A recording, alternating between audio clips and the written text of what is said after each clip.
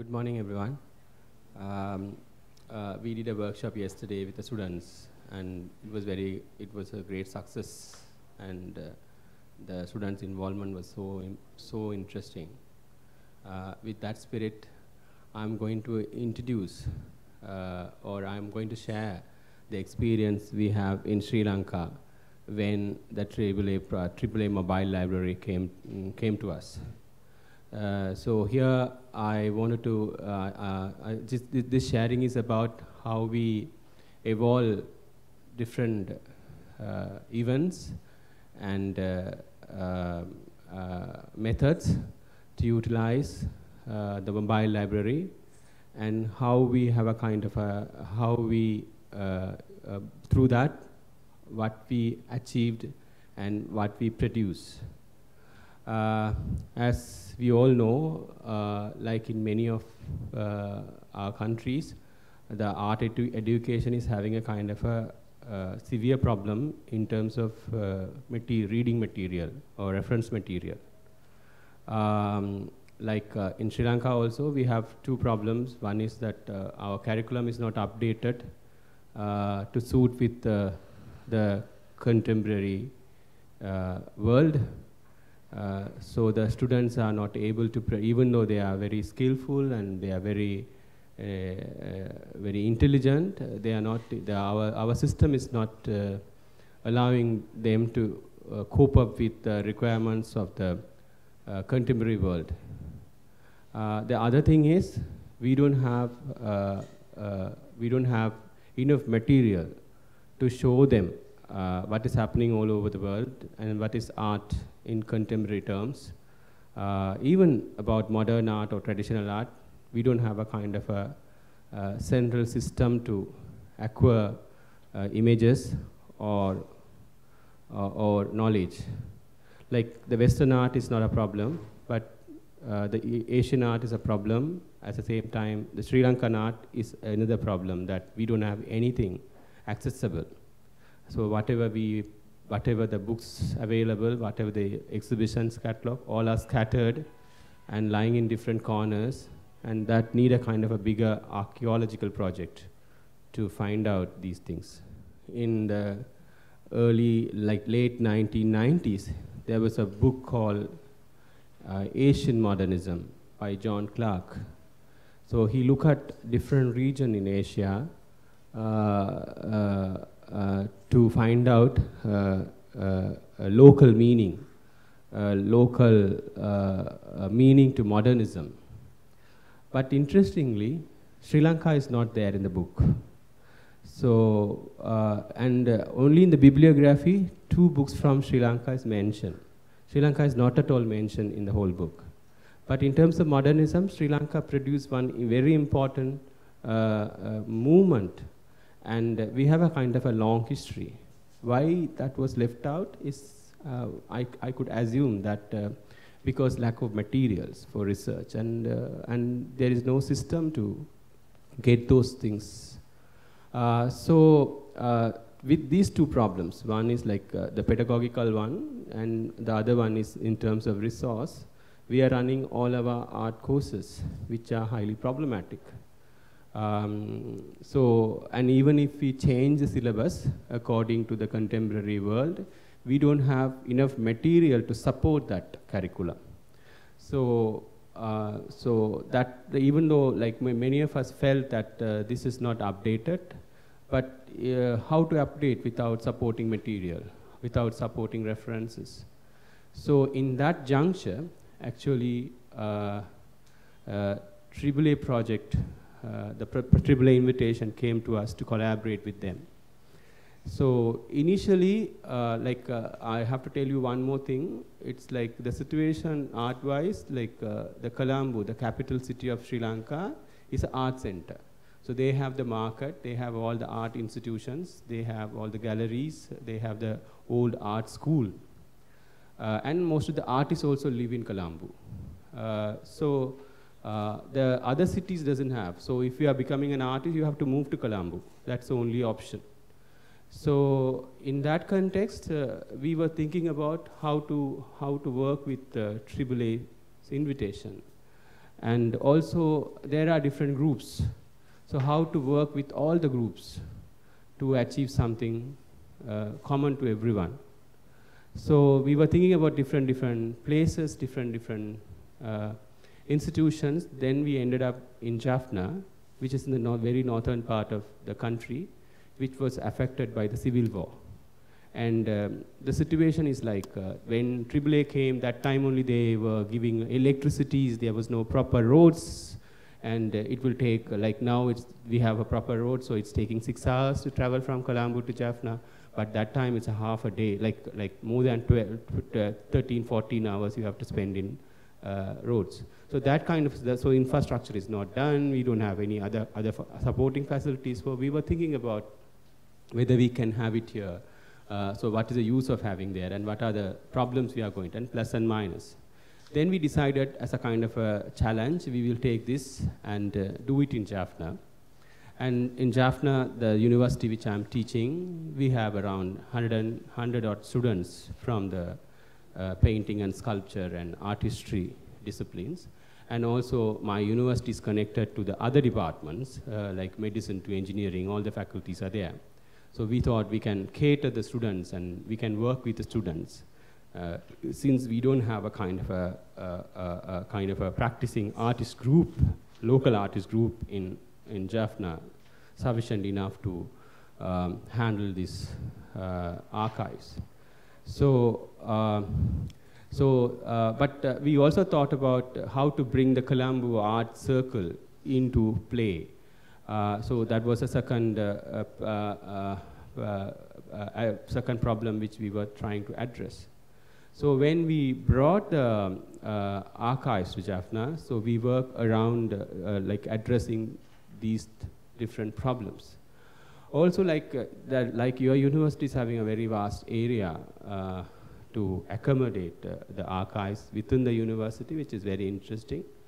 In our case, our university space is not permitting us to have a kind of this wide space to accommodate archive within the university, even though it's a collaboration with the university.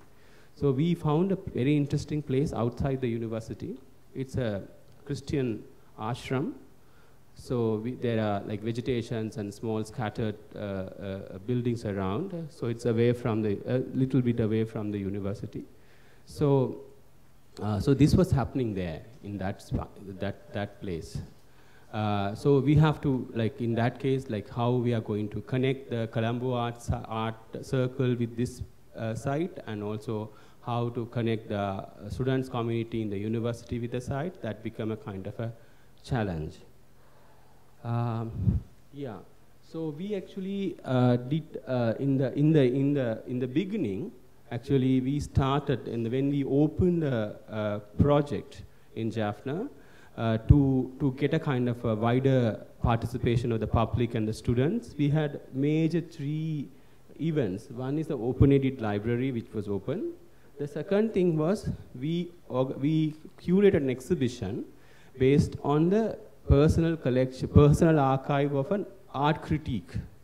He's not only an art critique, he's also a critique of films, cinema, literature, and all these things. He's also a kind of a writer.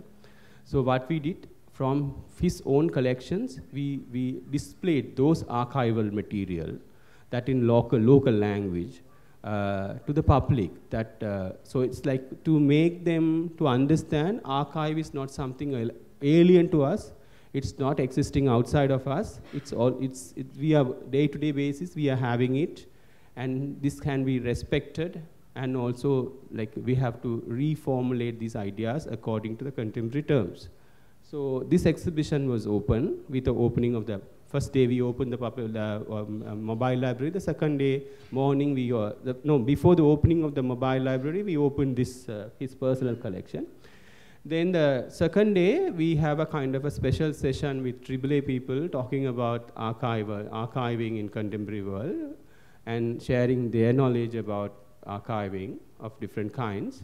We also organize a heritage tour, which my department is interested in doing a kind of a study on the domestic architecture in Jaffna. where through the colonialism, how we evolve a kind of a domestic architecture structure. So we were studying that, and we have documented all these houses. So most of the people came from Colombo. We took them around and show not only Colombo, from some other curators from all over the world also attended opening. So we took them around and show that different kind of archiving practices already involved in the local within the local area.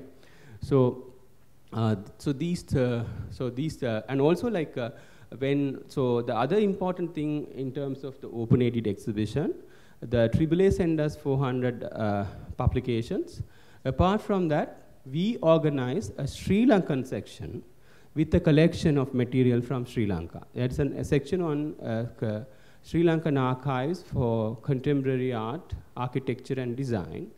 And in the AAA collection, we don't find architecture as a kind of a main component. But in Sri Lanka, the relationship with the architecture and architect and artist is very important in a contemporary sense. So whatever the change is happening in architecture is affecting art, similarly vice versa. So in that case, we thought Sri Lanka is having a very cultural specificity in that case, so we will accommodate architecture into it. So architecture was part of the project. So we had a separate 2 rooms for Sri Lanka and the Asia. So the Sri Lanka room, we started collecting books from other people. So that also becoming a kind of means of publicity. So we send mails and we send invitation for people all over the country to donate book or catalog, galleries, artists, and all these people to donate their publications, 2 copies, one for AAA and one for us, so that the knowledge will be centralized somewhere out of the country as well as inside the country. So this initiation we did. So actually with AAA, actually these initial projects were in place to activate the whole local society. So this was installed in Jaffna for nearly 2 months, and that time there were 2 projects operating. One is with the university. So we evolved a system to accommodate these archive into our day-to-day teaching. So this was, I don't have many of the photographs. This was one of the opening photographs in that ashram. This was the display. This is a Asian art section. Like here, we also made a kind of a special display tables for this, specially designed, so that the people can easily look at the titles and touch and open and things like that, make it more friendly.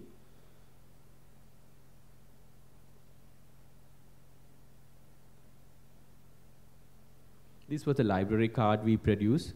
So each of them should write the names and the dates so that you can take a look of how many people and what is a book in, in request. So how many people look at one book, that kind of a, for that kind of a study, we put up a card for that.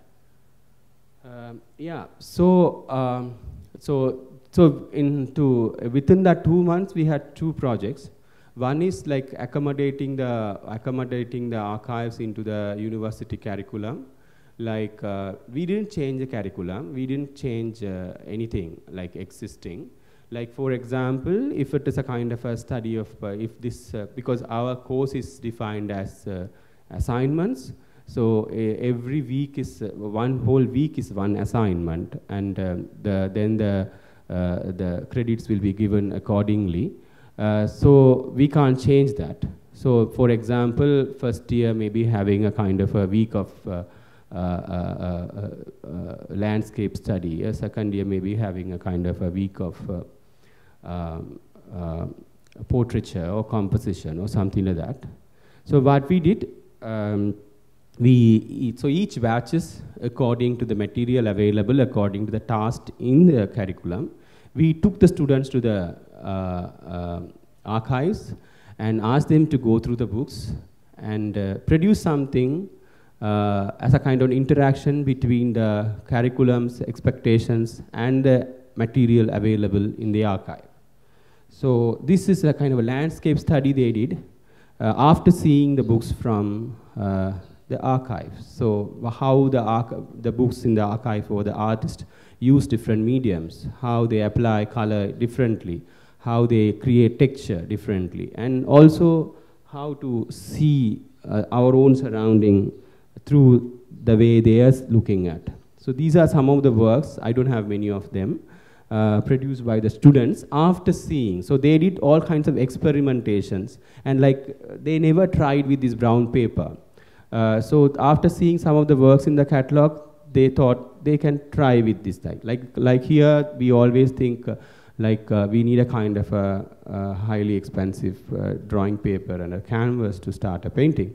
So here, through the books, they found material is not a problem. So here, they tried differently. So these are the kind of a landscape classes we took with them.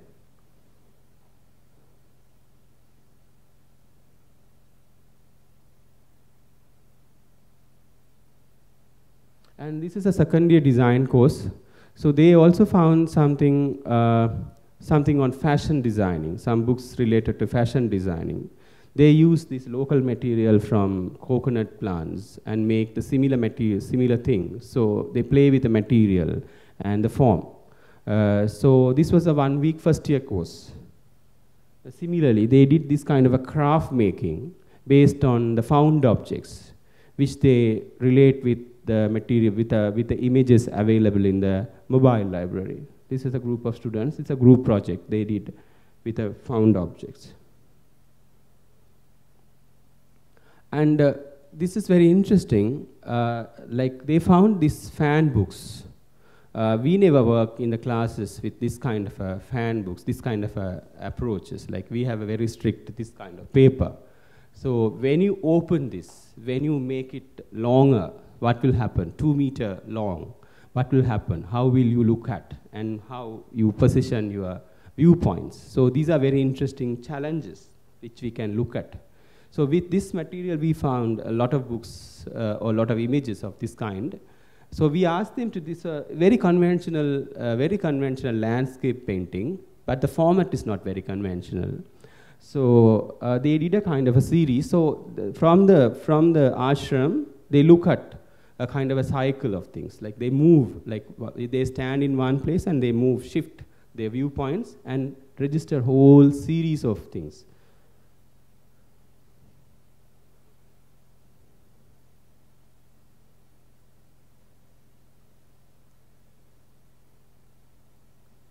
Send the students' work. And also they tried with different medium because like after seeing Chinese brushworks and all these things, it's not as Chinese brushwork, but they try with the ink and wash technique and all these things, which we don't teach normally. Ours is more British kind of education, so we don't teach the Eastern part of it, Eastern approaches. So they found their own way to handle this landscape. So only we gave that freedom. So only condition we told is we made is like you have to refer a book or an approach and bring that to the classwork.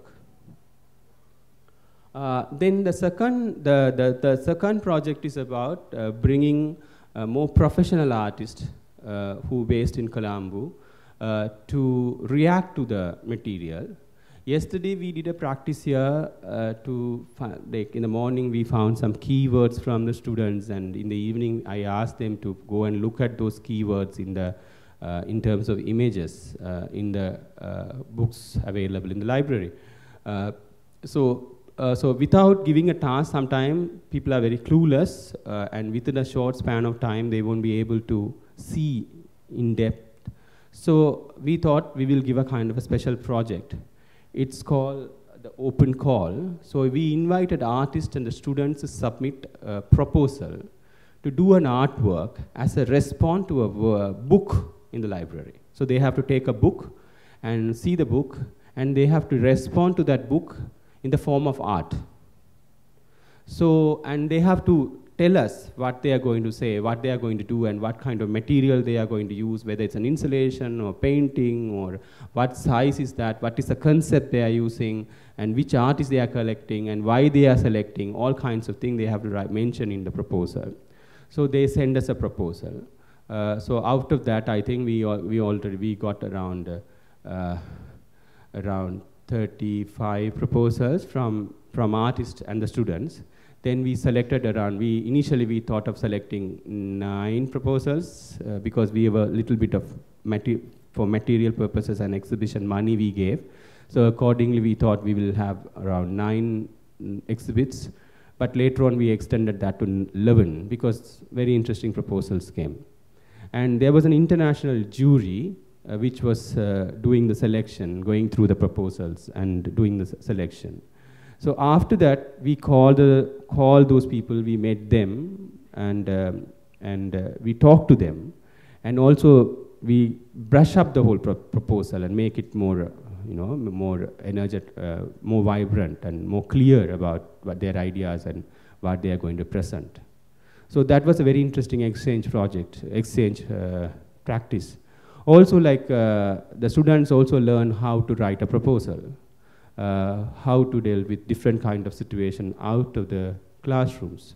So it was very interesting. So in the end, so then the last part of the library moved to the last part of the mobile library project. We moved the library to Colombo and situated in a very highly art space. And also we invited all the galleries and Colombo Basin. There was an event for 3 days. It's a kind of a celebration of what we did in Jaffna. So the whole research part was teaching, and the research part was in Jaffna. Whole exhibition and the whole celebration part was in Colombo.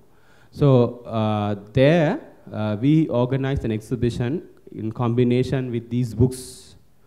And also we have a kind of a 2 days event talking about archiving.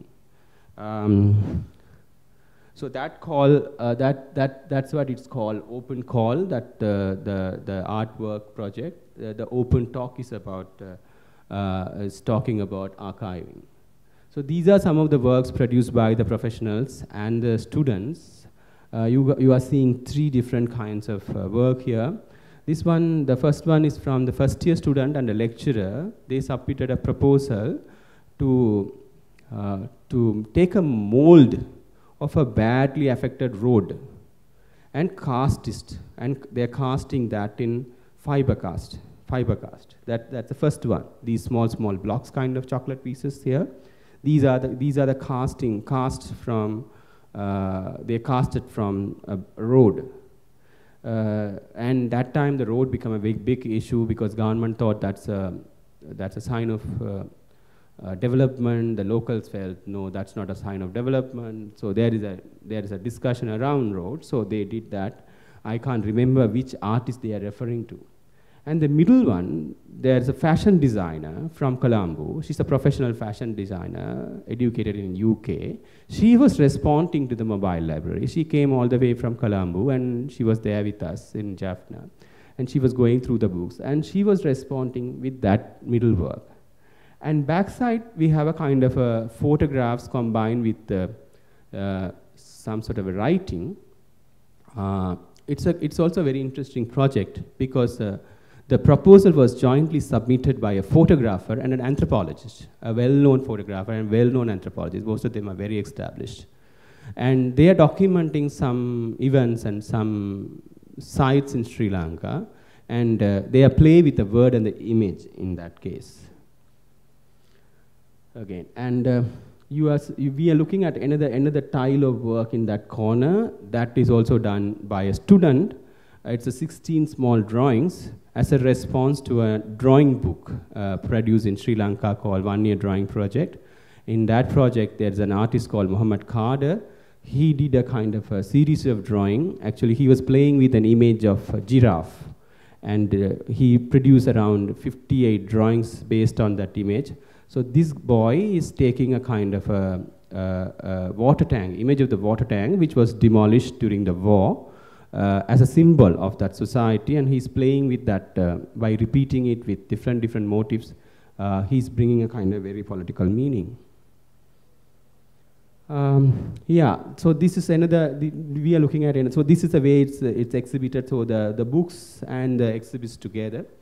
So here, another students explaining a kind of a roll, it's a kind of a roll of a painted a drawing sheet rolled in a kind of a machine. She made her own machine through bicycle wheel.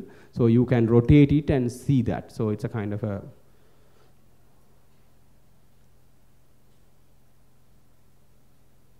yeah, and this one is a kind of a, so these things we don't teach. These things are not in the curriculum earlier. So we don't have any room to address what is happening outside the classrooms. But in Sri Lankan art, there are artists who are working with that. It's not so alien to us.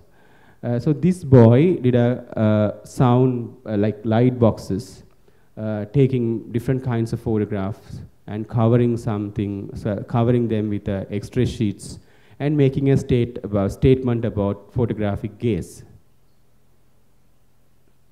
Similarly, it's a kind of a talking books. So you can put these headphones and listen some music or some sound from the books. So they are actually using some artist book, and he's relating that with a sound.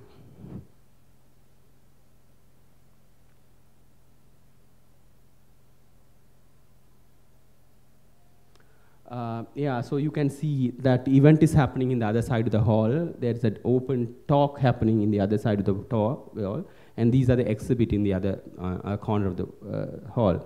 So this work is also produced by a student. It's for T for 6 or something it's called.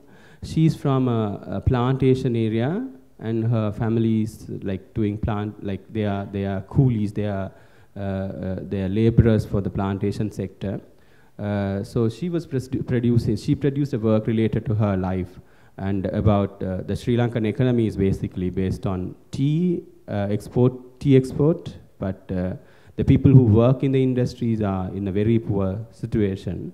She was talking about that, and it's like, so what she did is like in most of the tea factories, they have a different testing methods. So the color of the tea is also related to the quality. So she used different colors of the tea, actual tea, and these the tea bags are having the tags. She made those tags with the in different cups, and she found some keywords from her life, and she put that in the tags so that the viewer can play with that and evolve a story related to her life.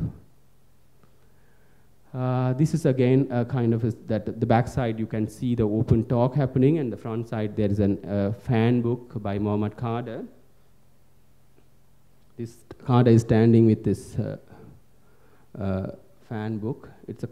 What he did is he made a collage.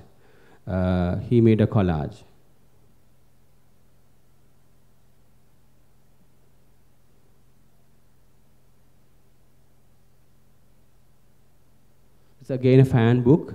It's from the surrounding of the mobile library. He was a teacher in my university. So what he did with the assignments we gave to the students, he also did the assignment in a different way, and he produced a different kind of work.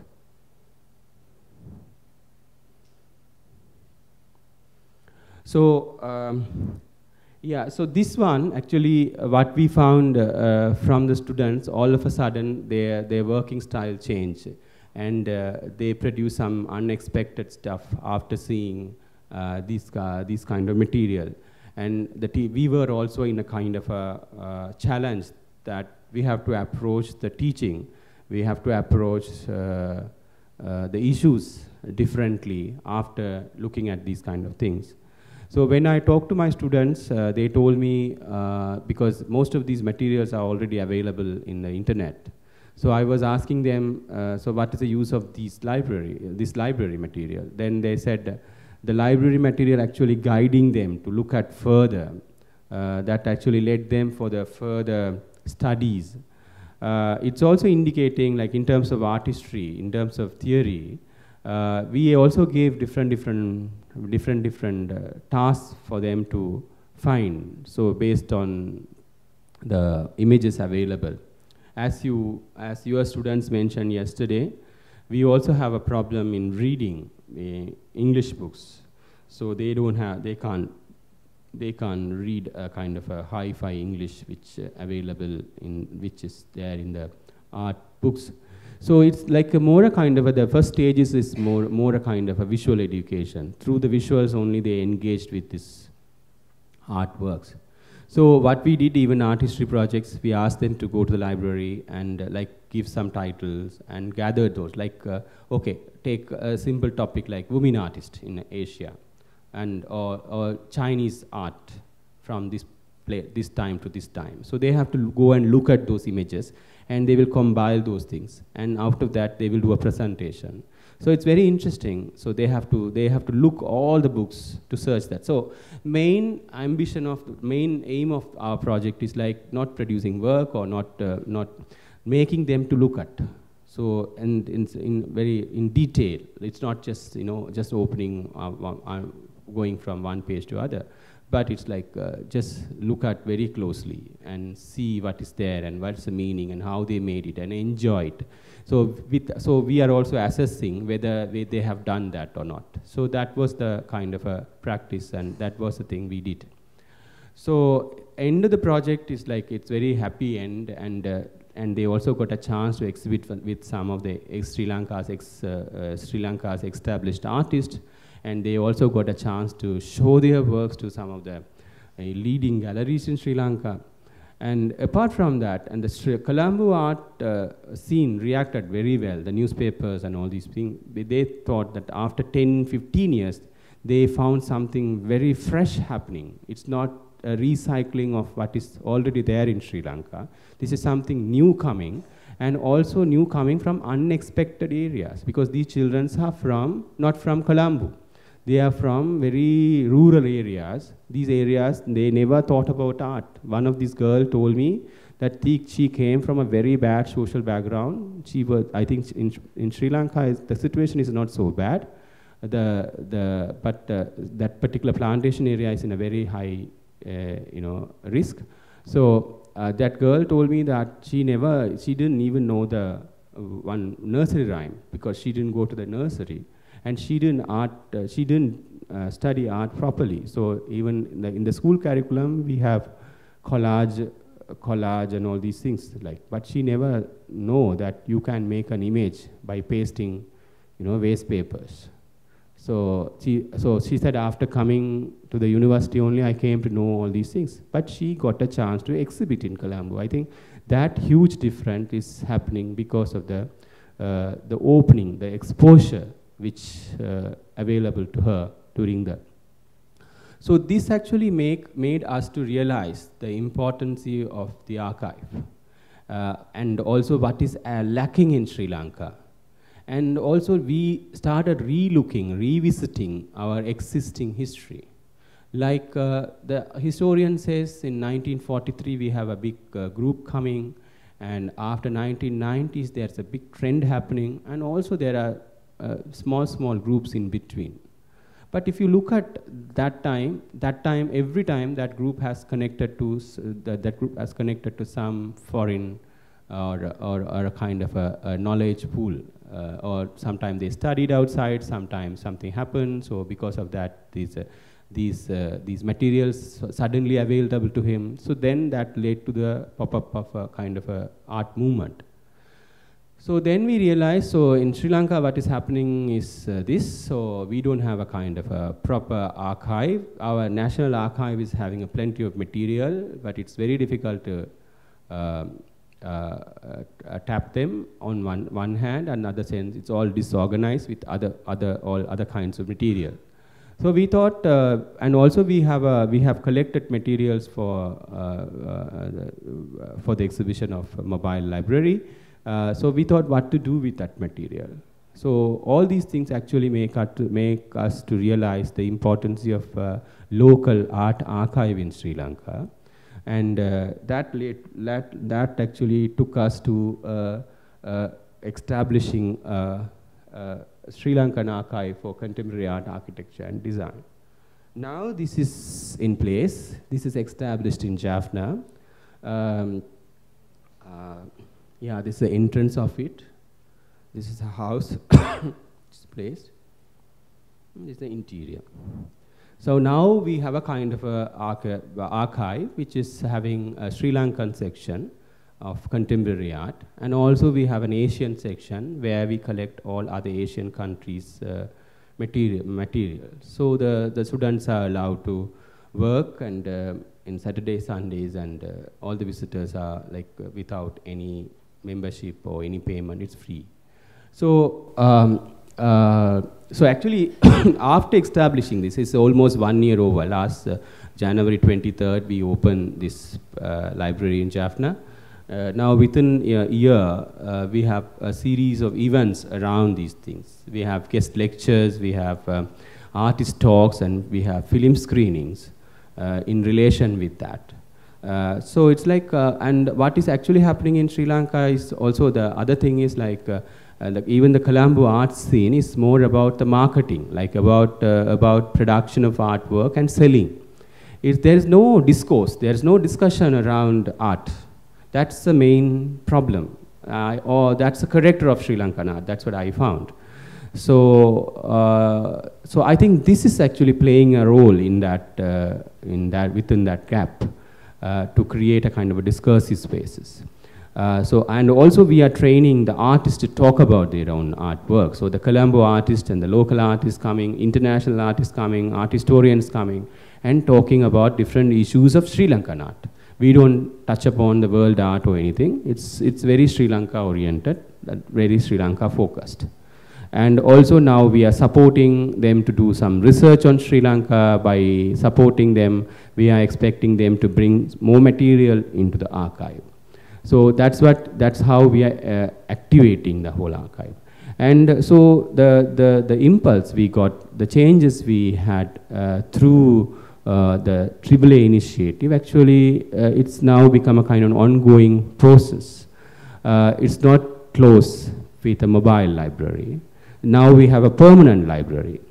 The other thing is like to suit with, like, so whatever we learn from mobile library experimentations and responses we got from the public, we have remodeled the curriculum, the syllabus, university syllabus, to suit with contemporary needs. So, so that involved this kind of practices. Even we change teaching methods to look at books and catalogs and write small writings from this, and their dissertations and research and all these things. So it's like, so we made it happen very. So even if someone who's not involved in this whole archive AAA project or the events related to that, the students or the teacher now have to undergo this process because the syllabus say now you have to do all these things. So what we learned from the AAA mobile library, actually we put in like a kind of in a very concrete terms within the university as well as outside the university. So public and the students are having an access to the most of the Sri Lankan material now, and also every month at least 2 events happening around Sri Lankan art, so they have enough things to talk about. And artists are, so like all the Colombo artists, they are coming with their own works and doing presentations. So now we have like all the events are covered by around like we have around 70 visitors, regular visitors for all the events. I think that's a very remarkable number compared to what is happening in other institutions, like in the university talks, like in the literature related events, that are kind of and theater, cinema screenings and all these things. If you compare with that, this is a very significant number. So I think, yeah, so now we have created a kind of a space for this kind of a discussion and sharing. And also, we have started collecting more material, like not only books, like paper cuttings, paper reviews of different kinds into our archives. So yeah, so and that in mostly in local languages. So so that is also like that project is also going on. So and also we have a space for artists or a art historian to come and stay there and do research or do a kind of exchange of ideas with the locals or whatever. So we have space for that also. So it's like we have a kind of an art space around this material actually. So I think that is very important. It's not a kind of a dead place. It's very active now. So that is giving us new challenges. Also like as organizers, now we have a kind of a new problem. So you have to keep on adding. You have to introduce new materials. Then only you can maintain the same kind of a relationship with your readers. So now we are in the, we are thinking about that, and we are constantly acquiring materials to make that projects or the make that whole thing happening steadily.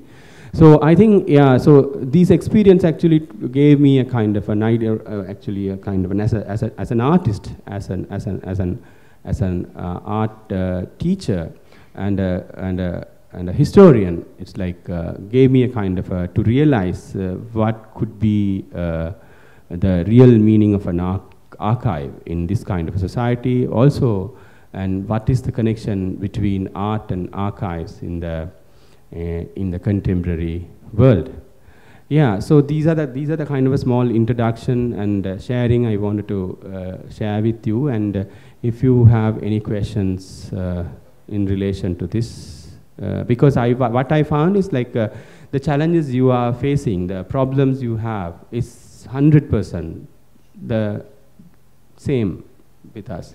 So I think some of the solutions we found, or some of the solution you may suggesting, could be a kind of an interesting entry point. Yeah, so we can discuss.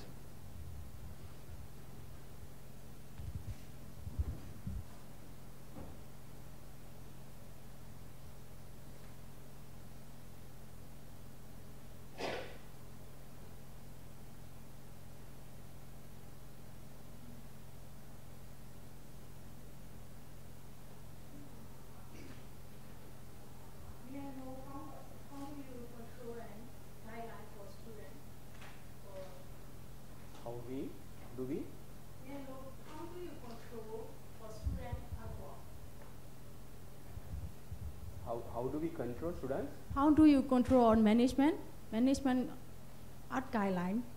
How do we manage the archive? Yes, for students, for your students. Like now, you are talking about the permanent one or the mobile library? No, for school, for your school teaching method. Okay, so yeah, so our project is like I told you, like it's a 1 week assignment.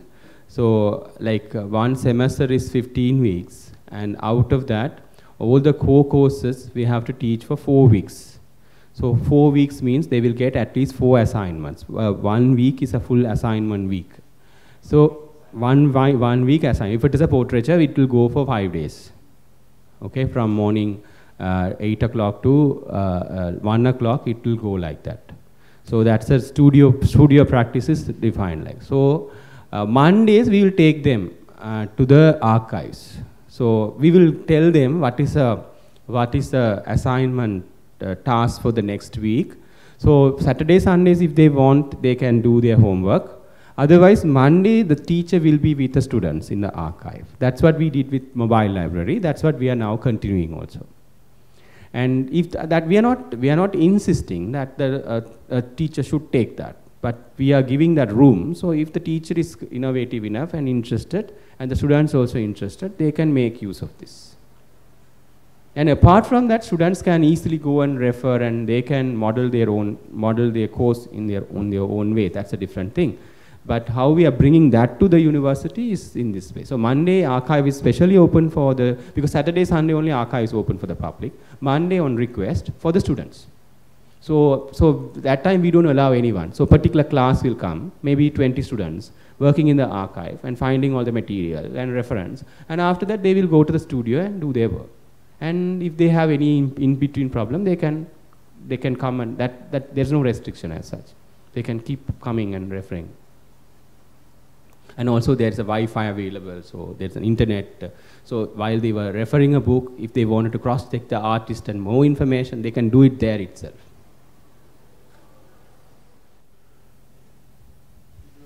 Explain about heritage tour is every student or last year student, they have to study heritage tour. You explain about what is the heritage tour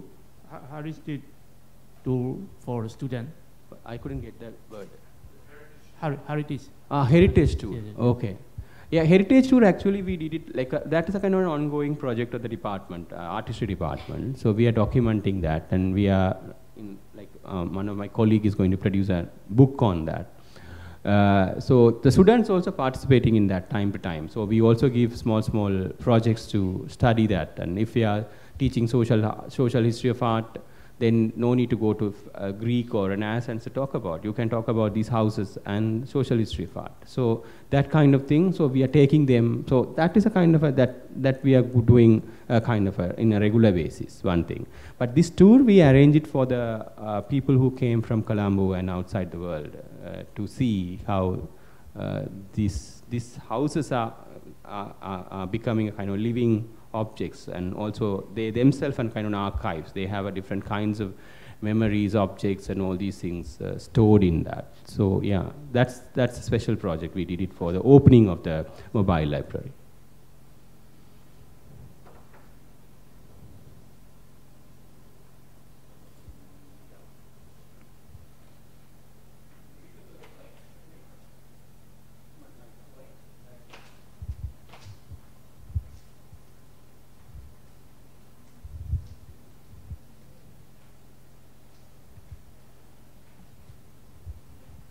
Thank you so much for this introduction. I really feel very, very encouraged and hoping to visit the house one day. But I wanted to ask you whether this exposure and activity of having the library as part of the process of not just learning about art, but also making art, whether it maybe leads for some students to consider writing as a form of practice, and whether there's any possibility that then that might lead to also publishing projects or initiatives, so that materials from the library then are, I guess, absorbed and transformed, and they lead to thinking and reflecting and possibly translation, or even art projects that take a printed form that might then be entering your library as well. Yeah, so it's a very short span of time to do all, like it's just 11 months old now. But within that, what we have achieved is something very great, because it's like from the last year's students project. Like we have a 4-year course, so they have to produce a dissertation in the end. So in the end, so most of the time they go for Western artists for their studies. So this time what we found, we didn't actually, they have to decide according to their own temperament, their capable working capacities, and their thematic and craftsmanship involvement. So they have to decide a topic and an artist. So what we found, so after doing that only, we do a kind of a supervision, and so what most of them have selected issues or artists or something from Sri Lanka, which is something very significant. And also, like, out of that, I found very thoroughly researched papers on, like, one topic is like, there is writing on Sri Lanka, like surrealism, how surrealism influenced, or how impressionism influenced Sri Lanka. This particular student is a 4-year course, so in the end of that, she's producing an interesting dissertation based on how surrealism influenced Sri Lanka. But her conclusion is something very different, because unlike the earlier writings on Impressionism and Cubism, she was arguing through mythology, through traditional imagery. While they started playing with the mythology and traditional imagery, that kind of surreality already existing in the traditional stuff, which is entering. So I think for her, that finding is such a very important thing. Like even that kind of finding is not existing in our day-to-day discourse of artistry. So in that case, I think, yeah, so that kind of findings, like from last year's 23 students, we can at least say 5 very interesting dissertations, original dissertations produced. So there is a magazine so these are written in local language. So there's a magazine coming, it's a journal, it's called Art Lab. It's coming from Colombo in Sinhala and Tamil languages. It's produced by an artist collective. International artist collective called Tirtha. So what we were thinking is, I am in the editorial board, but so we are going to have a special issue on these by the students' articles. So I think they will be published in a year or so. That's number one. And also some international universities, like in connection with your question, like non-art related researchers, like in geography, like in political science and sociology, after seeing these kind of material, they are coming to us to do a kind of different kind of research. There's a research from, I think, London University. She's doing something about spaces. She's from the geography department. But she's thinking about how the Sri Lankan political space and art space operate. So it's very interesting. They are looking at art from a different point of view. So these things have become very. One thing is like these things are very. One thing is like it's happening. It's become very easy for these kind of researchers, because you can now find materials in one place. The other thing, when these people come and that interaction, the chances we have to share, I think that's the most important thing, because I am living in a corner of the world where nothing happening, and I think this place is actually inviting people, like the way the mobile library invited outsiders into the university. Now the archive is attracting more people to come, and so actually we are learning in a different way, not through the books, but also people who are coming and doing researches. And so yeah, it was a very shocking thing when I got a call from her saying that I'm from the geography department doing a work on art. So first time I thought, oh my God, how can you connect art and geography in that case? So yeah.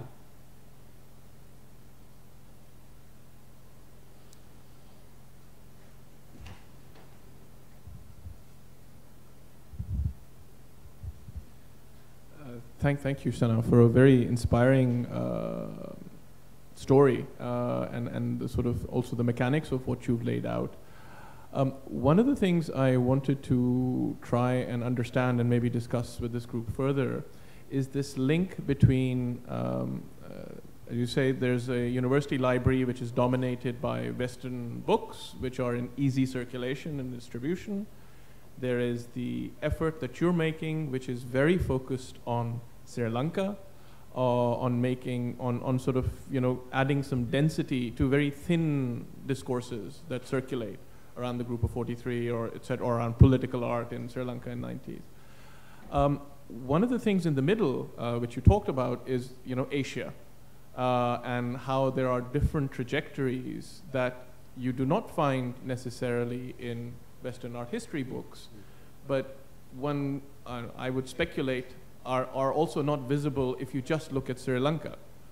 So trajectories which are to do with flows of all sorts, of religion, of say of Buddhism, of those connections through histories, of flows that flow through commerce, or for example, your own study in India, or flows like this, the opportunities for artists and teachers to circulate and therefore absorb and reflect other things for which there is some sympathy or empathy or that exists in different places. This role of tradition in looking at surrealism, for instance, could be replicated by people looking at installation art in the Philippines, or looking at theater and contemporary art coming out of Indonesia. So I wonder how, and I know it's only been a year, so how are you thinking about these kinds of trajectories and these kinds of affiliations and possible inquiries, which are not so local, but are still to be uncovered, still to be articulated? Yeah, I think, I also missed that point, like in terms of not only Sri Lanka, like after the mobile library, some of the countries become very important in their students' record books, like Pakistan, India, and what kind of artists, like they only know the realistic painter called Raja Ravi Verma, who painted all the mythological images. And that is in like late 1990s, sorry, 19th century ones, So, but after that, what is India doing now, and what is happening in Pakistan, they found more stimulating. And also they are very familiar with these words, the names and the kinds of work they do, kinds of work these artists are doing. And also they found these kind of materials are more relevant compared to the European stuff which we are teaching.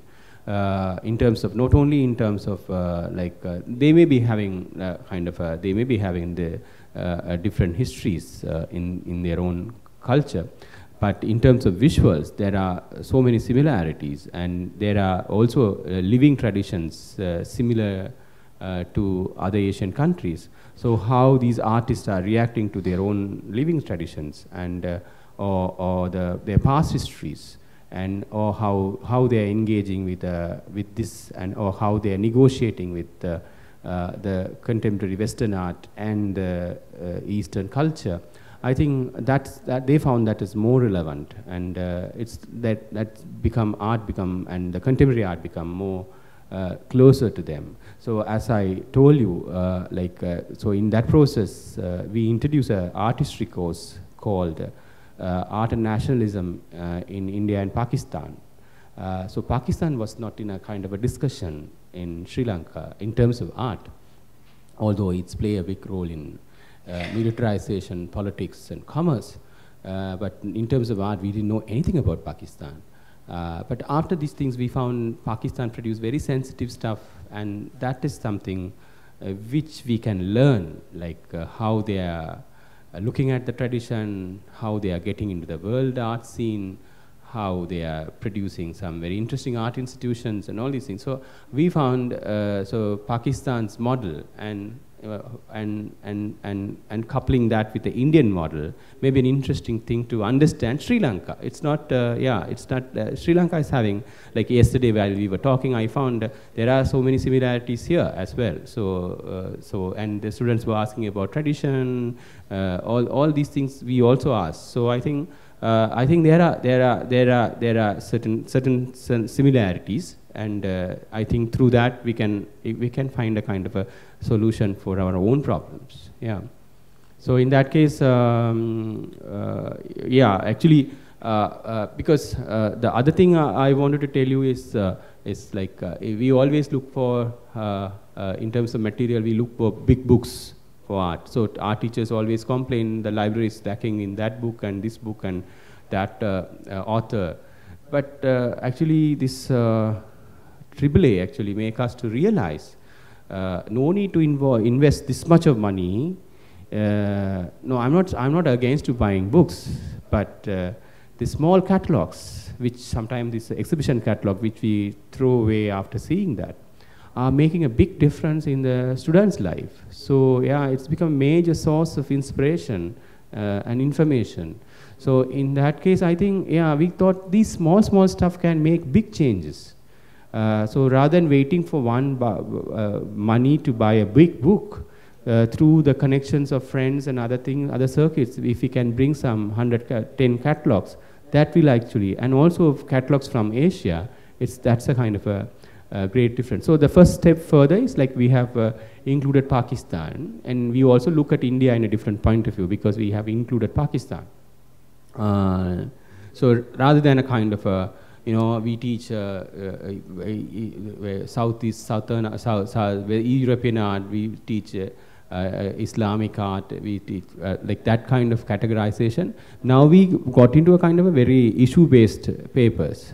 So here, how nationalism become a major force to shape up different kind of art, even though those countries are having conflict, but they produce very interesting stuff. So in terms of art, there are also kind of similarities. So yeah, so these kind of things actually happen because of the presence of this library. How to difference fan books, your fan books, yeah, and Myanmar provide paintings. Yes, yeah.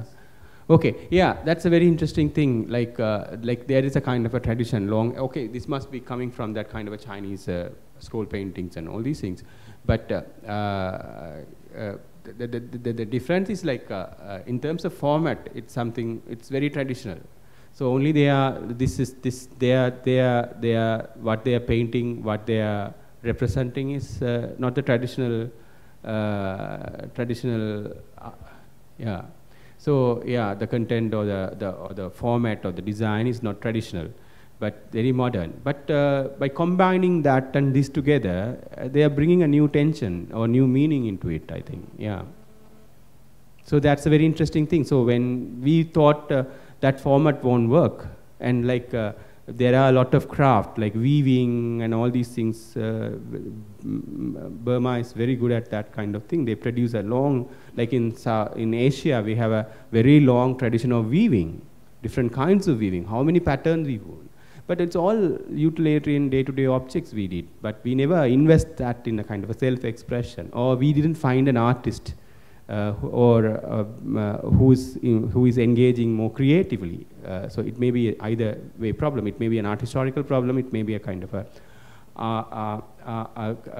artist problem. But I think this kind of images and this kind of initiative actually showing us to rethink about our own tradition, how to make that to grow, and how to make a kind of a contemporary meaning, and how to produce a kind of own identity and use our own material, all kinds of things.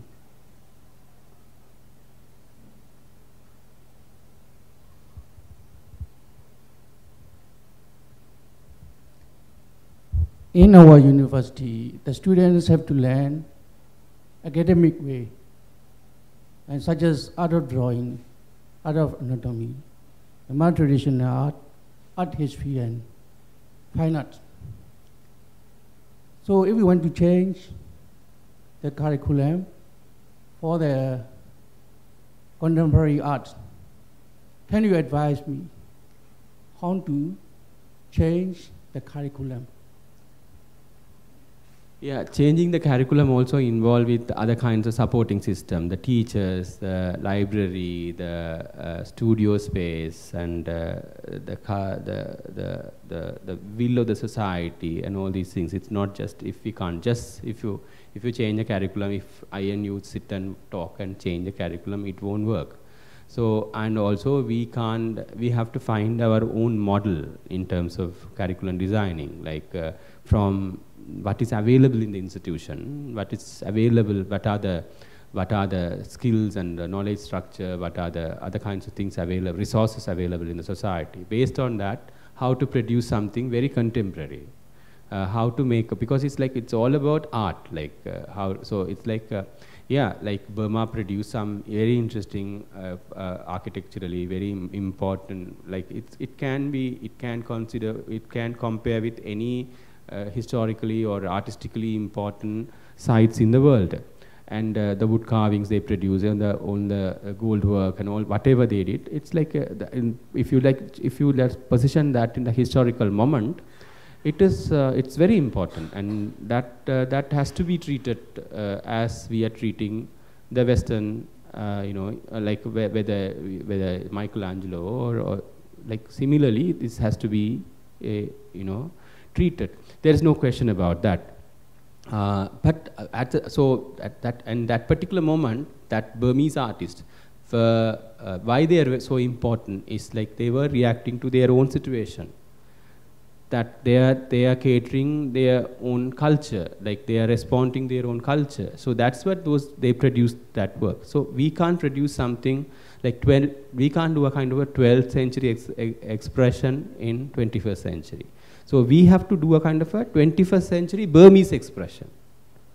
That's the thing. So our syllabus or our education should go with that. It should not stop students to think about the contemporary ways. Like our lifestyle change. Like everyone having a very advanced phone. That's what I noticed. Most of them are having that. So it's like we are adapting to these kind of things. So why we are stopping that kind of an adaptation in terms of art? When it comes to art, we thought, no, we have to do that 10th century.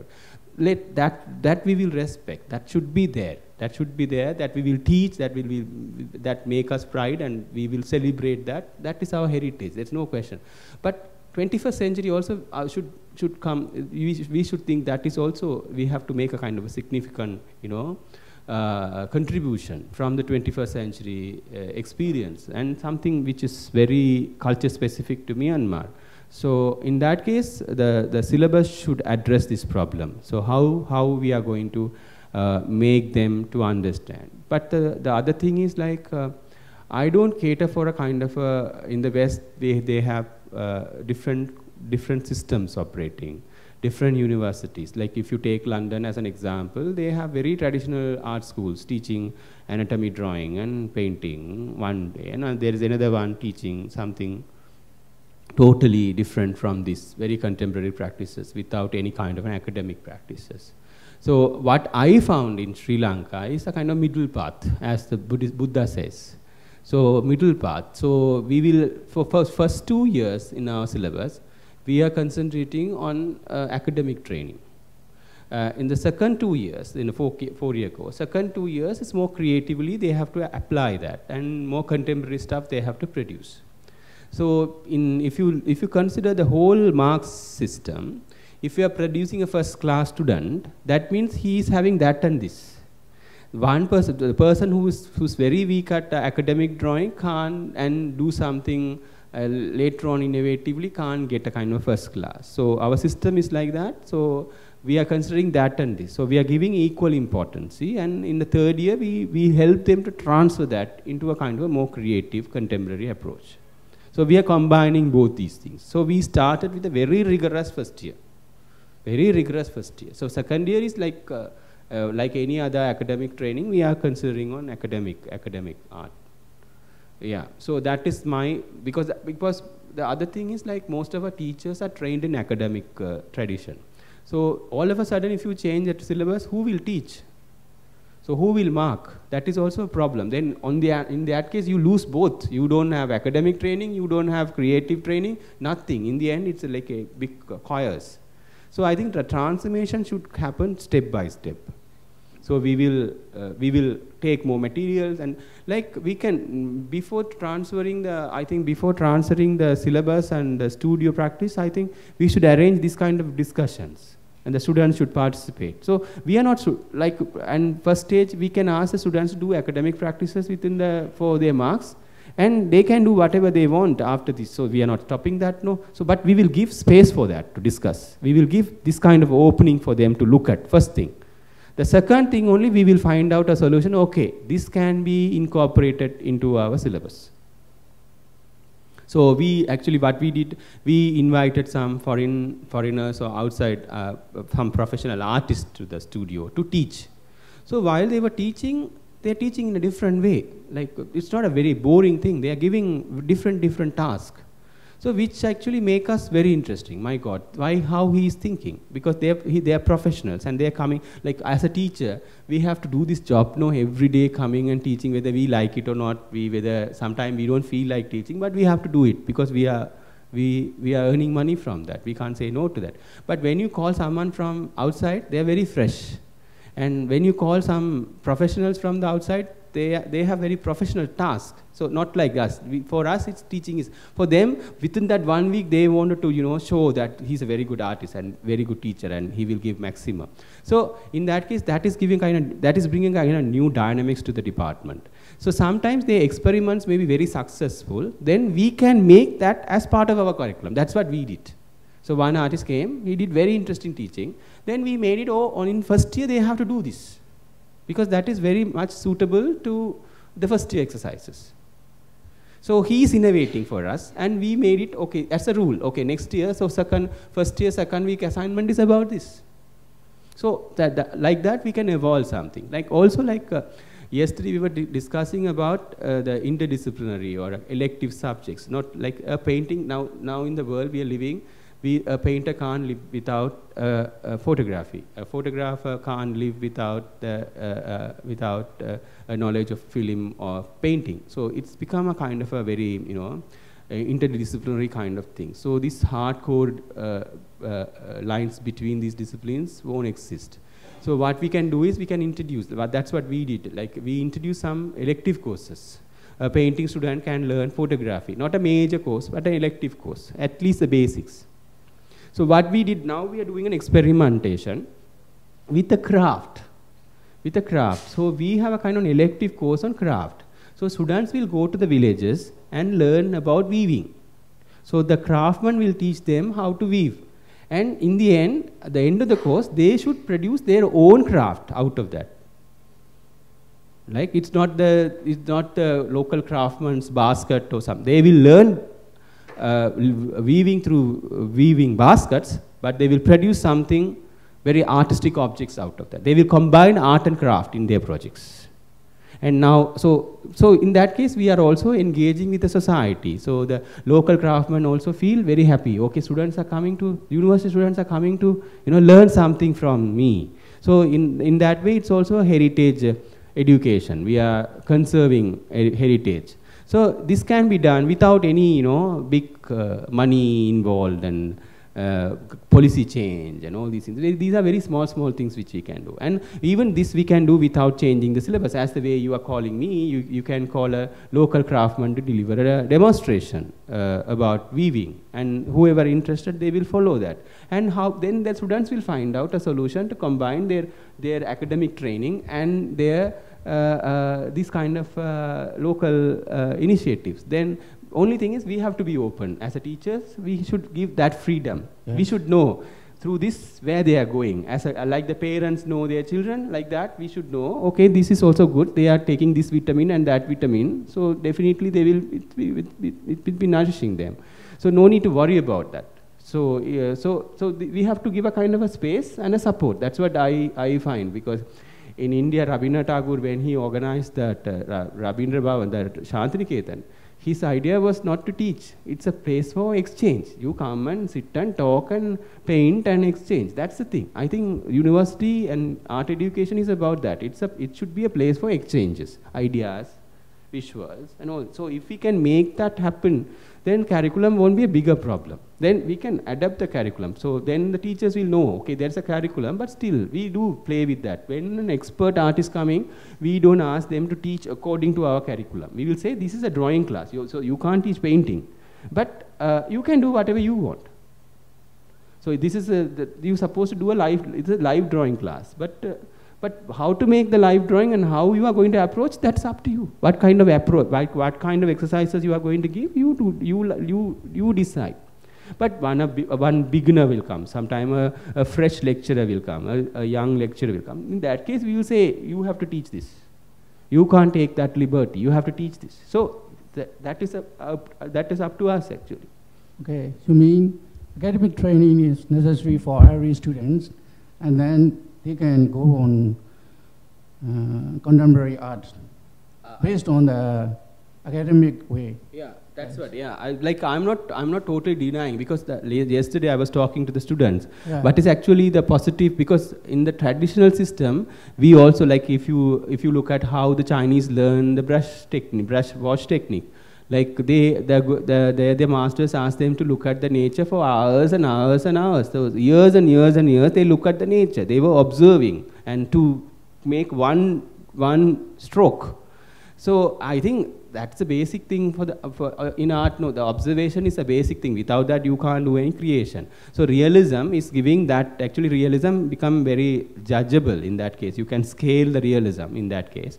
So you can actually, what we are expecting the students to look is observe. You look. So in the morning, if you are saying 1 week landscape class, then in that 1 week he's looking at the nature, without knowing whether he's drawing badly or painting correctly, or that is not an issue. But we are pushing them to look at the nature. He's looking at, kept on. So that, I think, if in the traditional system, we have a different kind of observation, like that also insists some sort of an observation. In the Western method, we have a kind of a different kind. Through the realism, through the academic training, they also insist the same thing through different method. So which method we are going to choose, that's the whole problem. So since it's all because of the colonialism, British rule, everything messed up, so better what is available, and we all trained in that, so better use that. No, I don't think it's, but we don't think that is a kind of end product. We can, if you are treating realism as a technique, then it won't be it's just a technique training. If you're treating realism as a concept, yeah, there is a kind of life for that always. And also, like, there's no need to, as a teachers, there's no need to restrict. We know why we are teaching academicism. We know because to observe, because to train their hands, because to season with the material, all these things. And it's also easy to judge. So because of that, we have no other option than teaching realism. But that we are not going to, stop the students with that. So if we have that clear mind, then I don't think it will be a problem.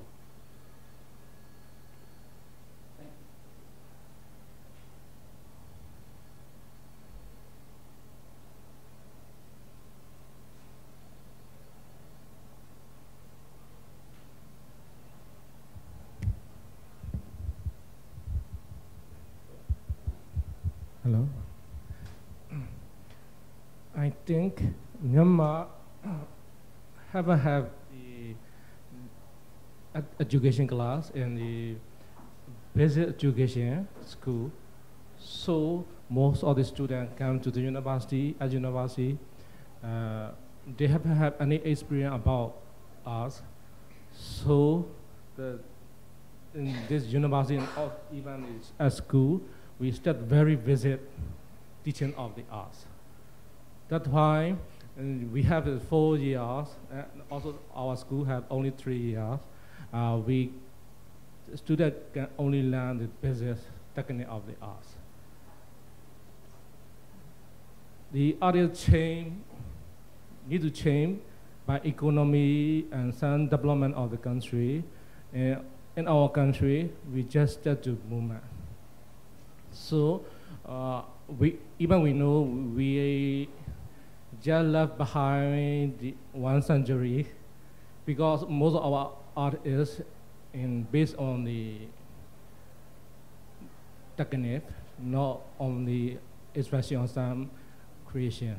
So we need to change after here. So I had one question. The affected area of the subjects in your country by library, mobile library. I want to know the most affected area in your art study. What's the last sentence? More affected subjects. I mean, painting or design or something. Okay. By mobile library. Okay. Yeah, initially, like if you look at the students' work, it's more painting and sculpture, the second thing. Also, their approach is, it's more towards realism, because our old teachers are they were more towards realism. So, but after this, they have come up with different kind of combination of material. You can't categorize them whether they are painting or sculpture or installation or something like that. So they combined all these things. And we were also very shocked that they can do all these kind of things, combining these things. Also some of this, someone took, like drawing. Drawing is very basic. But someone went back to drawing and take that into a different plane. I think that is also very, from yesterday's students' discussion, they told me drawing is a very important thing in Asia. So that's a prime medium of expression. So, but we now thought painting is very important. The drawing is very supportive. Like you draw and after that you fill that with colors. But our traditional approach is not that. But students found even a lot of artists doing that kind of thing, and they are approaching drawing in a different way. So they also started producing something very interesting, very differently started approaching drawing differently. Yeah. So after the library and after this kind of an explosion, what has happened is like their approach to art totally changed. And so we have to actually guide them. It's not like, you have given a lot of freedom, you do put everything upside down, not like that. We have to, so we should also learn in that case. So then only okay, that the students doing is correct, or this don't work and this is very weak, and that kind of decisions we have to make. So as a teachers, I think we should learn, we should be at least, no need to practice, but to understand all these things, to enjoy all these things, so that we can guide them. Thank you. Yes, I explain about my country, art university and art school condition. Last 50 years ago, and we student primary and middle and high school students have to learn the art subject at the school. But now we have no art teaching time in the high school level. So they attend to our university. They have to start learn the basic. So in 4 years, we have no time. So in 4 years, I think 2 years are we spend the fundamental. So I want to know how about your country in art condition, for example, in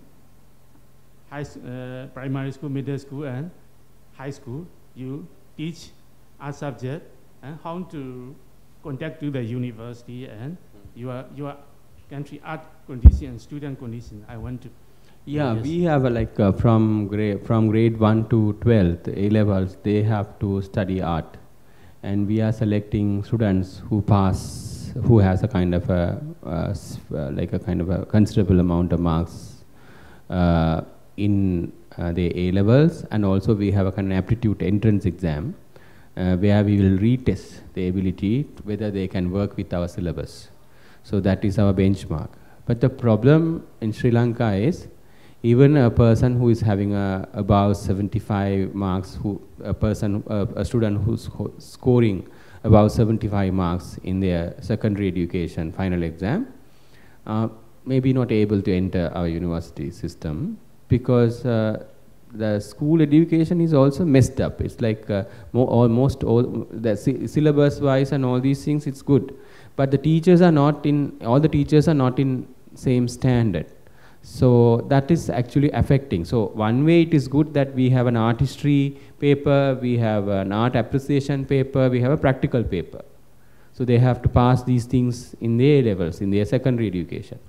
One thing is that, so in that case they are coming with some sort of a knowledge. But I don't think that is, that knowledge quality is so good. That is also highly problematic. But these teachers are, in my point of view, they are spoiling the students. In Burma, at least they are not spoiling the students. So you are having something very fresh. So you can, do the farming according to your way. But our thing is, we have to make them to de-learn what they learned from the school. Make them to forget what they learned from the school. And after that only, we can teach something new. Yeah, so that conflict, actually when they come to the university, that conflict is happening. The school education and the university education go in different directions.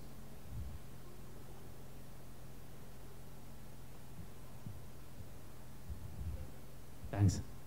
As you know, we are too late in everything in my country, political conditions, so we trying to reform. So our teacher want to know about other country condition. And even most teacher can study. We are, most this art teacher are finished 3-year course, State School of Fine Art. Now go in institute. We certificate 3-year course. In university start in 1993. This university is the first art university in my country in 1993. So we need to know many things about teaching way. Is the we don't know clearly teaching way about how to train about the contemporary and other art we teach. Especially in, you asked me yesterday, how many faculty in my universities. So I answer, only one department. And to the 5 departments in my university, painting, sculpture, music, dramatic art, cinema, etc. Yes.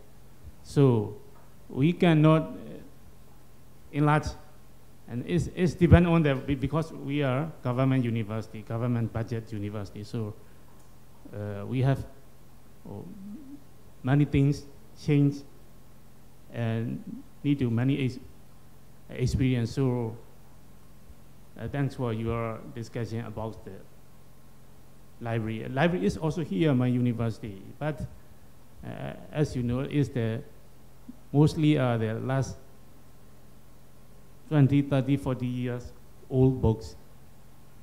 And today, mobile library come to my university, and students, they can study the technique and the concept.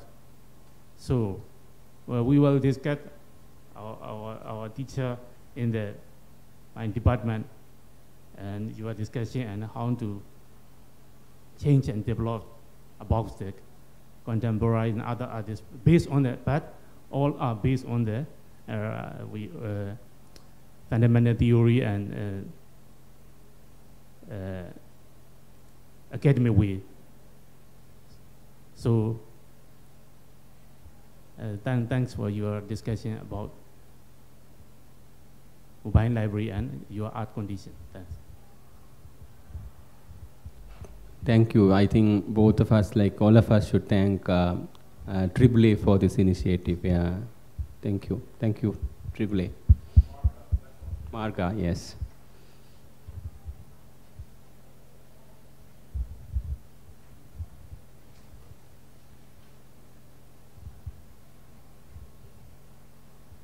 Thank you. It seems like a moment for pause, a natural pause. Let me introduce myself to people I haven't had the opportunity to meet. My name is Hamad Nasser. I'm the head of research programs and education at Asia Art Archive. Learning and programs, which is what we call education, learning and participation, is where the mobile library came out of.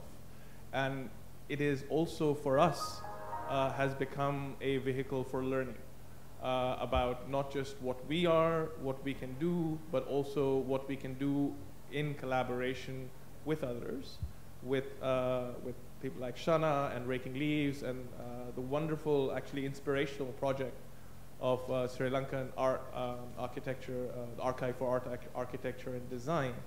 And then I think the potentiality of what is available or what is possible here. I, for one, and I'm sure I'm speaking for all my colleagues, feel very privileged to be here, to be both listening to Shana and be in conversation with you, to think about what we can do collectively together.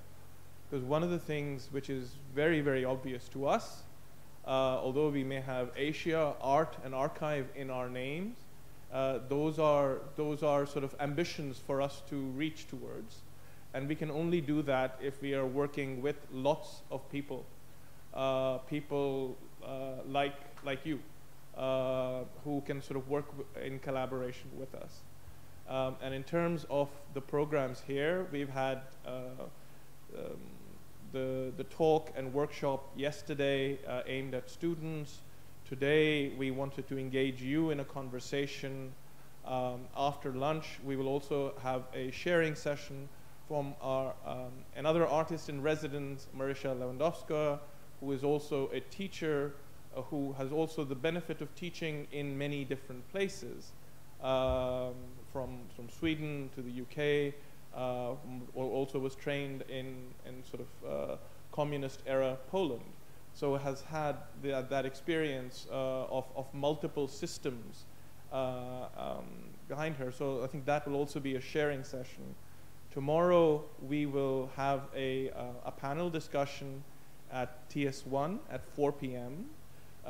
Which arranged with Marka, where we will have 3 different perspectives on how archives can fuel practice. Shana tomorrow will take off his teacher's hat and wear his artist hat and share some of the projects that he's been working on, and his engagement with the archive as fuel for practice is stretching over many, many years. So the idea is to share how an artist can use the archive there. Secondly, we will have also other collaborators coming from India. They're called Clark House Initiative, and one of their projects has actually been how to use an exhibition to develop an archive around Burmese art history. So hopefully they will share some elements of that project with us tomorrow, and I will share a little bit about some of the projects that we have been working in terms of developing digital archives. So that will be tomorrow. And on Saturday, we're doing a digitizing workshop, digital workshop, to try and think about the practical questions around when you're trying to create a digital archive, what are the decisions you need to take. So this is just to give you a flavor of the kinds of programs that we have been working with Marka to hold over this week. We will be back in March next year, but this time in Mandalay, where Mobile Library moves there. And we hope that as we plan what happens in Mandalay, that we are also able to discuss with you, your colleagues, your students, also to think about how we can improve or open up communications, just to improve upon what Mobile Library was able to do here. I'm very happy to take any questions now, or we can do that tomorrow after the panel discussion. The plan for the rest of the day really was that at 12 we sort of break for lunch, and after lunch at 1 we would have again a sharing session where Marisha will share some of her artistic projects with us to think about in terms of the archive and art practice. And lastly, just to thank you all for this opportunity for us to be here. One of the projects that's been ongoing in Hong Kong is when I'm originally from Pakistan. I came to Hong Kong about 2 and a bit years ago to do the current job that I'm doing for Asian Art Archive. And one of the things that struck me when I came, and I was sort of also learning about trying to familiarize myself with the local infrastructure for art and art education in Hong Kong, I was struck by 2 things. Firstly, I went to the universities to talk to them about what they're doing, what the biggest problems are around art historical research, knowledge, and publications. And without exception, all these major universities complained about, we have no art history in Hong Kong. Now, I'm coming from Pakistan, albeit I've spent a long time in the UK, but my sort of initial training was and education was in Pakistan, a country which has a per capita GDP, I think, if not the same, possibly even lower than Myanmar now. So we're talking about that. We're coming into a place which has a per capita GDP of $45,000 US, with these big universities of glass and steel complaining that they have no art history. I could not understand what that meant. So I'll come back to that. The second thing that struck me coming to Hong Kong and figuring out what's going on in education in secondary schools, and I looked at the curriculum from the Education Bureau for what secondary school students have to do in Hong Kong. So they have to be able to have a comparative approach between Chinese painting, between Western painting. They have to be able to write critically on artworks, on exhibitions. And when I looked at the kind of reference materials that their Education Bureau was producing, I was amazed. I mean, this kind of a curriculum, I went to Goldsmiths College where I did my art history in the UK, and I think the teachers there would struggle to teach the kind of curriculum that is supposed to be taught to secondary school students. So about 3 years ago, I think we're now it's coming to the 4th year, my colleague, Susanna Chang, who heads our Learning and Participation department, started a program to try and address these problems. So suddenly, as you were just saying, you change a curriculum, what do? The teachers are the same, the students are the same, their experience are the same. Suddenly you have this world-class curriculum. And you pay some consultants and they come and they write some books to tell you what to do. But how do you teach this? So it's, and the approach we adopted was that, okay, we have to figure out a way to learn and work through this together. So we started an experimental program called Teaching Labs. And another one called Learning Labs. So Learning Labs was to work with secondary school students, Teaching Labs to work with secondary school teachers. And these were all teachers who were self-selecting because we weren't paying them. They were not being rewarded officially for attending our sessions. But a lot of people teach because it's in them to teach. They want to do something, not just for themselves, but who they're teaching, for society. And what we found was that the people who were coming to Teaching Labs were these, the self-selected teachers who are frustrated at their inability to deal with what's there, and who were looking for things. So what we were then doing was trying to engage them in conversations not very dissimilar to the kind of workshop you led yesterday, Shana, with the students. So for example, last year, we had the idea of addressing art writing. Because these guys, to pass their exams, they have to write critiques on exhibitions they've visited, on works of art. But the art writing that circulates in Hong Kong is sort of limited. The ability, again, sort of people complaining there are not enough art history books about Hong Kong. So how do you learn how to write?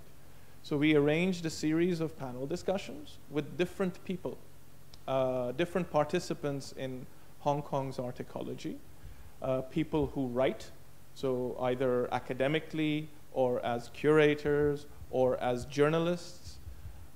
We even had a session looking at art and the home.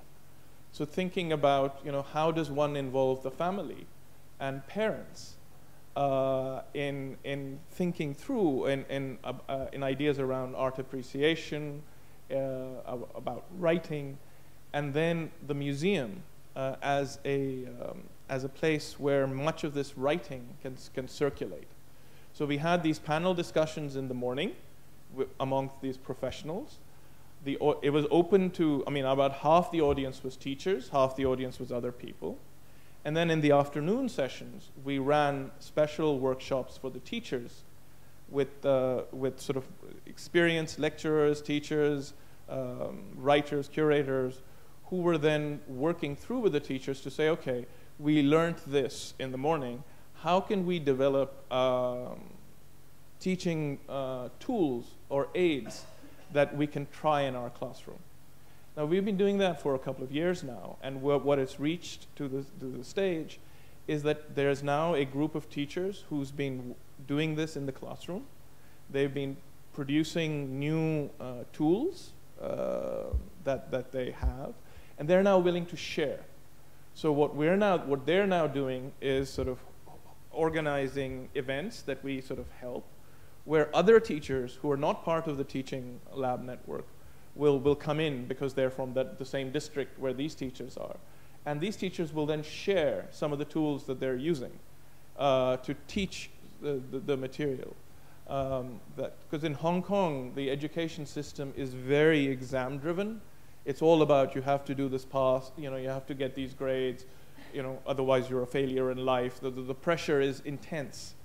So to get people, to get the students to take time out from this, to move away from simply, how do I get these marks, to get teachers away from their day-to-day, and they're all very busy, they're all marking, they're all doing all this. So one of the, so what we found, which has so far been appreciated, is this sharing amongst teachers.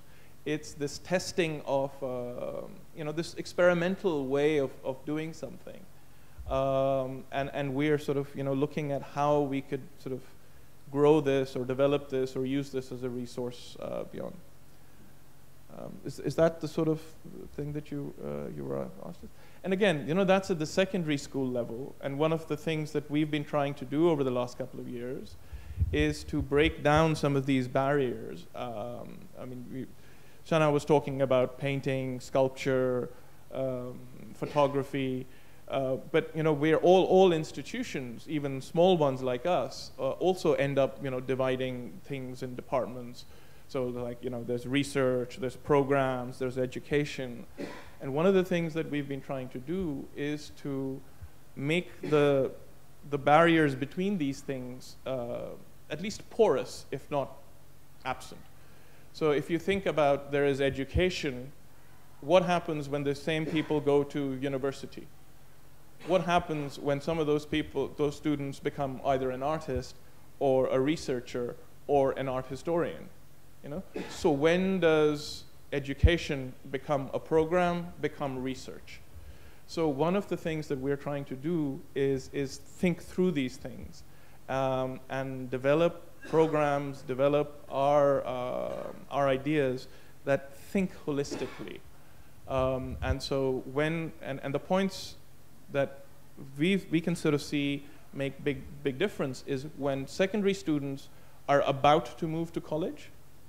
So to think about what kind of person do they want to be. So this summer we ran a summer camp, which was led by 3 artists. Because for us, art is, art is not just about technique. I think for all of us, it's not just about technique. Art is also a form of knowledge. And so artists in that mode of thinking are the people who use knowledge to live. So the summer camp for 15 students, which we selected, so they were waiting to go to college, they spent an entire weekend with 3 artists doing exercises which ranged from cooking their own food to and eating blindfolded, so letting just the taste and texture tell you what you're eating, or to arranging a sound picnic. So they went in the middle of the night in a place and just to listen and talk about what they're listening, and to think about what they want to do when they're in university. Anyway, I'm sort of rabbiting on, but the main idea that I wanted to convey is to think about this continuum of of secondary school, college, the art professional, the art historian, and think about them as one arc. And what we are doing is at different points within that arc through different programs. And we're experimenting. So for us, this is as much, if not more, of a learning experience as it may be for you or for Shana. But in a way, this is about experimenting and learning through sharing. You had a question. Yes, I think we've got 5 minutes. Okay, so firstly, I would like to thank you and all the members of the mobile library and for this valuable opportunity and the external links. And also, I would like to chance to discuss about you and about your university. I believe this, our country is rapidly changing for every status. We are going to the multiculturalism. And our country is undergoing, and the subject contemporary art will be important one day. I believe that. And explain your explanation about contemporary art. I believe that contemporary art will be theory and systematical thinking. I believe that, but I don't know. So the question is, generally, what kinds of syllabus can involve that contemporary art? Thank you. Yeah, I think there are different models in terms of syllabus, how we are going to teach contemporary art.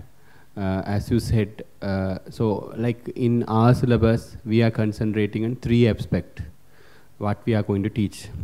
One is, so we have 3 C's, I think.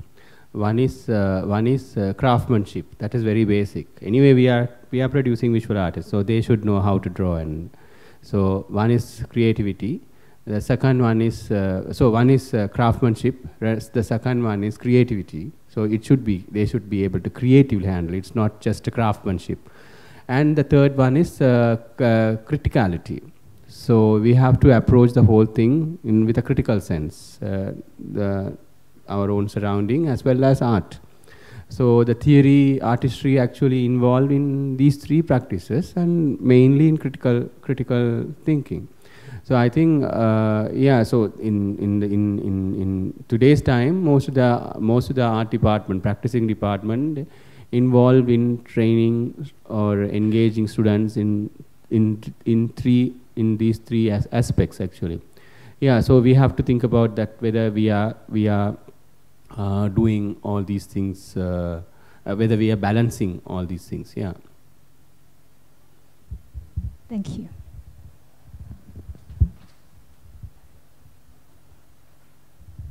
Sorry, that also reminded me that I didn't come back to that first point about lack of art history, lack of local art history. And Shana's talked about Sri Lanka. I know the story from Pakistan, and then in Hong Kong, when you have the same idea being repeated, that we too don't have our art history. I think it goes back to this third point about criticality, is that how can you be critical if you don't know, what ground you're standing on? And if you don't have the big books, I think the approach we've now adopted is it's okay. There is a Gujarati proverb that if you are going to eat an elephant, do it in small bites. So I think we can adopt that same proverb for how we think about developing our own art histories, that we can take small bites of this. So a year and a half ago, we started a pilot project for Hong Kong art history, working with the Hong Kong Museum of Art, which is a national university, a national institution, which has all the problems that you discussed about, the number of permissions you need to take anything from the archive, to photocopy anything. But for us, I think it is very important that we engage that institution, because they've been around for more than 50 years.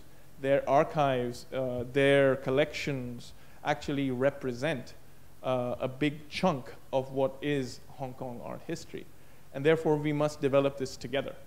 And what we did is a pilot project where, and we can sort of develop, talk about this later on, but but it was based on both interviews of people who are still around and can talk about 4 or 5 decades ago. It was based on physical material that these people then shared with us, that we digitized, put up on the internet, and which is now available as a free resource for anybody to use. And then we started developing small tools like exhibition timelines. What were the main exhibitions that were important in Hong Kong art history? What are the bibliographies? What are the texts that were written about art in Chinese, in English? And these then are tools that we will continue to develop over time. So the idea is to not think about art history as this thick book in 3 volumes that will be delivered to you and you read it and that's done, but to think about it as a journey which is being developed collaboratively, collectively, and composes these different components. So, I mean, quite often the metaphor I use is of the Lego brick, that children play with. So you can put things together and build something which looks differently, and you can build something which will look different from what I will do. But as long as those bricks are there, we are then building propositions which could be critical and hopefully creative and open, and which is something that is dear to our heart.